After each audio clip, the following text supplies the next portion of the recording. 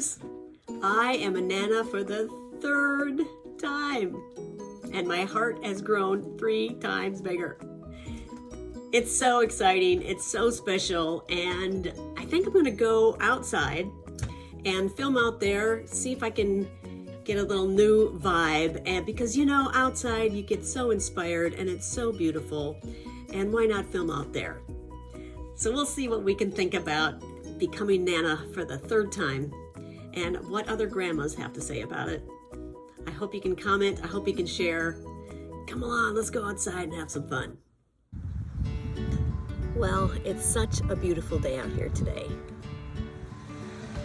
So here we are outside, and this behind me is the first park that I would bring the grandkids to. There was this park that we could come to, just walk to with the kids if we wanted to. Now, in recent years with the 2nd grandchild, going back up to the house, ooh, that was a little bit of a climb, and this grandma couldn't do that too often. It was mostly just either we'd drive here and I'd take him out of the car, or Grandpa would be here on Grandpa days, and then the 2 of us, not a problem. But this is so fun to be outside and have a place that you can walk to and bring the kids outdoors, hear the birds chirp, listen to the wind and the breezes, and explore with little bugs and little plants and different trees and things to look at. But they loved coming here, and there are swings, and there's this nice little climbing foothold that they could learn to climb. Harper, once she learned that, oh man, she was up and down that. And this, I don't know if you can see it, there's a, I can't zoom in, but there's just rungs that she would have to put her feet on and climb up, and open space underneath her. And man, she's fearless now. And her sister, who's not quite 2, she'll be 2 in September, man, she's up and down these climbing things like nobody's business. We were at a different new park that they moved to, just opened, and there's like a ramp that goes in a circular motion up to this higher than back here. These slides with a tube slide that would come down, and Kinsley just kept, and she didn't care if kids were running past her, older kids, and going down the slide. She just kept on trudging up there and come down the slide with her hands up and woohoo, or she came down on her stomach. Oh my gosh, she's fearless. But yeah, this is the first park that being a grandma for the first time, this is where we would come. And it's so beautiful out here. You can see like the different nice green trees and areas to run around in. And behind me here too is a beautiful spot. Better to get in the shade a little bit. Ooh, that's a little bit cooler. But anyway, yeah. Such fun to come out here, have all this space to run around in, some nice trees to have some shade in, and be outside. Whoopsie, hello. That's the fun part of filming outside. You don't know what's gonna happen. This 3rd time grandmother had to get in the shade. Whew, that is hot in the sun here in Southern California. But what's it like to be a grandma for the 3rd time? In my perspective, each new baby is a whole new world. And yes, your heart grows bigger, and you try to understand where that first baby, who's now 3, what her perspective is as far as getting attention from mommy and daddy and Nana and Papa, to loving that new baby so much, but then also competing with baby number 2 at almost 2 years old, which is kind of fun. So here's what I didn't think of. When you film out at a beautiful park, there's also going to be the possibility of others coming to the park and having conversations on their phone, or coming to have lunch and sitting close by and having some conversation. So these are going to be little cut up videos of what it's like to be grandma for the 3rd time. But we were talking about perspective of that first grandchild. Also, what Nana learned with that first grandchild is, first of all, awe-inspiring. How quickly these babies learn and pick up so quickly is astonishing. And when the second baby comes along, you're kind of like, oh yeah, I was pretty quick with Harper too. Can't believe you're talking already and climbing already and figuring things out pretty quickly. And now with 2 older siblings, baby number 3, she's gonna get 2 more perspectives on how to learn quickly. And I think she already has, because I just had a picture of her with her sister Harper holding her. Now Harper's 3, she's gonna be 4 in December. And mommy put baby number 3 in Harper's lap to feed her. And Harper was like a pro, and that little Elizabeth put her hands right on that bottle. So you think time goes fast with the first one. It's like the speed of light now, because you're not only watching Harper, baby number 1, learn and grow and her imagination just exploding, and then baby number 2, Kinsley, who's picking up things really quick, and her smile and her laughter, just like Harper, just, like I said, your heart just grows even bigger. And there's nothing better than watching your grandchild laugh and then them finding ways to make you laugh, because laughter, togetherness, oh my God. And then when you see mom and daddy cracking up at watching what one child does and one child says. Like right now, Harper, the baby number 1, grandchild number 1, is making faces when you tell her to smile for the camera. Cracking us all up.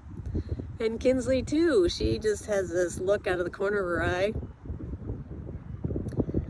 Amazing. So I think time goes faster with each grandchild. That's for darn sure. So I've moved again. I was about to set up for more filming, and in my background I saw someone doing yoga poses, which is great for them, but not in my video. Anyway, what was it like to become a grandma? Please make comments below, because I would love to know your experience too. I became a grandma in my 60s, and I don't have any friends that are grandmas. Well, I shouldn't say that. I have classmates back in Minnesota that are grandmas, but I'm talking as far as friends here and around me now, to get their perspectives. And I have plenty of siblings that became grandparents, and I just thought they looked like they were having a blast, because each one of themselves poured the love on these babies that came into their lives, because family is so important to us, and to give that gift of unconditional love from those infants and hope that you can show them what it feels like to be loved so much by so many people is a wonderful gift. I was never someone to put pressure on my kids to have kids. I just always thought, if it happens, great. If it doesn't, I get it. That's just the way life can be sometimes. But it's emotional. Wow. I'm ready to tear up already just thinking about how exciting it was when Samantha found out she was pregnant. Oh my gosh, we were crying, jumping up and down and laughing, and it fills my heart with such gratitude that she and her husband Matt have been blessed with not 1, not 2, but 3 babies now, and how important it was for them. So thank you. Thank you, universe. Thank you, God. it's a little windier on this part of the park, but it's still beautiful and sunny. Oh, I love it outside. Anyway, I was going to talk about the energy level that you find yourself becoming a grandparent. So as I said, I became a grandma, and they call me Nana, in my 60s. And I didn't know how much energy I would have at this part of my life, but I think it has increased because you want to show those grandbabies how much fun they can have on any given day, whether it's racing around the room or dancing to some music and singing the songs that they are learning to sing, like Kinsley learning to sing Wheels on the Bus and the ABCs, and Harper knowing the words to a lot of Moana songs and Frozen is so fun to watch. So I wanted to keep my energy levels up, which brings me to the idea of eating right and exercising and getting out on walks and finding ways to not only increase energy, but to also find ways to, I don't want to use the word meditation because I do not sit and officially meditate, but I do reflect, and I try to find some quiet time every morning before I start the day, just to think about how grateful I am to put some time and commitment into taking care of myself and eating right and wanting to be able to get up and down on my hands and knees and carry them on piggyback rides and pick them up and put them down over and over again, because it's important to have that strength and maintain that strength and increase the strength, because those little ones don't get smaller. They get bigger and longer and more energetic, and they want to jump into your arms, and they want to jump out of your arms, and they want to, like I said, run around the room or run around the park. And right now, thank you, God, I still have the ability to do that. So being at the park and remembering what it was like to run around and push them on the swing and up and down the ladders and going down the slides, it kind of brings you back into your own childhood, where you couldn't wait to get on the grass and start running around or have a ball to kick or have a ball to throw. And I find that in Southern California, when you get out early in the morning, there could be some condensation. And now there's a horn going off, so we're gonna stop for now. Let me now just apologize for the contrast your eyes are gonna have to adjust to each time there's a new segment. I had to get out of the sun, because dang. First of all, these freckles are gonna get deeper, or I'm gonna get more, which wouldn't it be nice if they just kind of all combined into one nice tan? Not gonna happen. I've resigned myself to that. But anyway, beautiful outdoors. Birch tree, which my dad loved birch trees, so hey Dad. I now am thinking about traditions, and especially books that you want your grandchildren to read or to be familiar with, besides the usual ABCs and learning things. My extended family, the Shamps and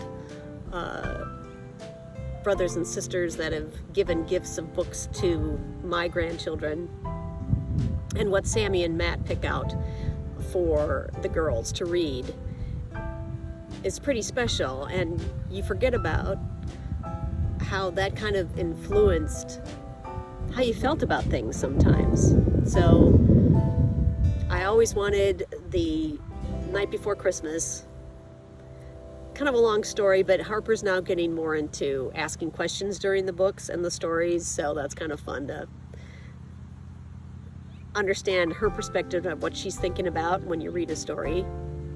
The Giving Tree is a really beautiful story, and I'm so glad they found that one to read to the girls, because there's such deeper meaning in some of these books. And man, the idea of banning books right now, ooh, geez. Please don't do that. Ugh, hard to believe. But anyway, I'm hoping there's not a lot of toddler books being banned. Oh gosh, what other books? I'll Love You for Always. Man, that makes me cry every time. Especially because it ends with the child holding the mother. Oh boy. We don't want to think about that one. But it's a special one. And there's grandpa books and nana books, and you don't realize how important it is for those little eyes and ears to hear stories about what's important to them right now and what's helpful for them to learn about, just to start out with, because they do pick up quickly and they do mimic quickly. And if there's a story in their head and someone reacted in a certain way to being treated a certain way, I think they can relate, and they bring it up. I know the 3-year-old loves the story of Grinch, the movie, the book, and that idea of being mean to someone, she brings up a lot. So, but it's also good to reference a way that why it's not good to be mean. So many important ideas in these books to bring out to kids. It's because you don't think about talking about this stuff all the time. And Harper especially loves Disney stories, and we'll read 2 or 3 of those before nap time, and I'm sure Matt and Sam read those things before bedtime. And I can see that's influenced her thinking in a beautiful way. So reading to children is paramount, I think, in this life. And I'm so grateful to the writers and the authors out there that put such thought into. Now, Jimmy Fallon with the whole Nana and Mama and Dada, that's all there is. Maybe that teaches them the word, but I always thought that was funny.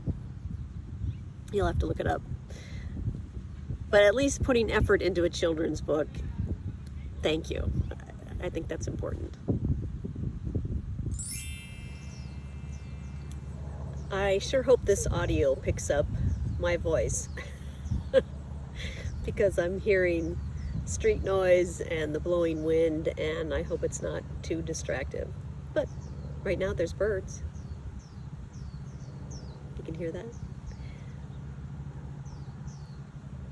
Please tell me what stories you liked as a child, or what stories you like reading to your grandchildren, or you aunties and uncles out there, what do you like to read to the little ones, the toddlers?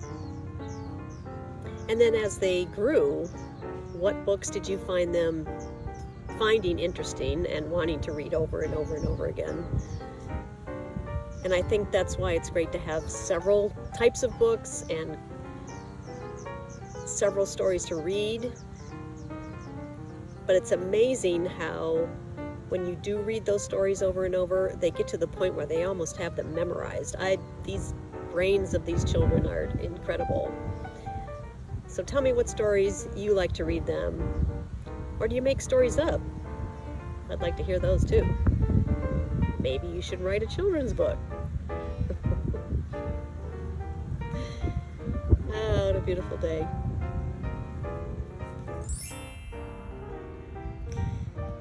So this is going to be the last topic for this one, because there's a lot we can talk about being a grandma, becoming a grandma, what it's like, what you hope for your kids and your grandkids.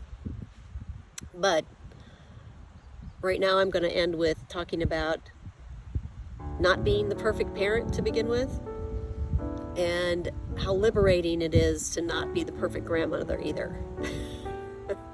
I know it's hard to believe, but I think being a grandma brings a little bit of grace. When I think about being a mom, and the mistakes I made were the mistakes I made, and I have to give myself grace for learning at that point. But I'm pretty sure my children know that I love them beyond anything else in this world, and I know the grandchildren will learn from both Bill and I, Grandpa and Nana, that they are the most important thing in this world, besides the parents, of course. I love my daughter, son-in-law, and son. But I also know that I have to accept what I was as a grandma. Oh my gosh, look at this bird flying by. I don't know if I can see it. Anyway, I am trying to reflect back on the type of mom I was. I think I was a pretty good mom, and I'm hoping to be an even better grandma. And I don't know what that looks like. I know there's no expectations on anybody's part, but I've found that certain things are more important than anything else. Being with my grandkids, being there when my daughter and son-in-law need me to be there, nothing is more important to me. And that's what I've learned, and I know Bill feels the same way. So it's nice to have a partner that believes in that. I think giving grace to yourself for past mistakes means hopefully you can learn from past mistakes. And I think that will come out in the idea of just loving those babies. Just taking care of them,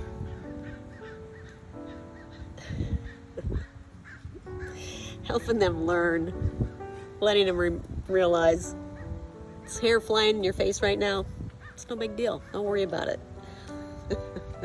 That's what life is. Imperfection, changing, adapting, growing, learning. That's life, especially life as a grandma.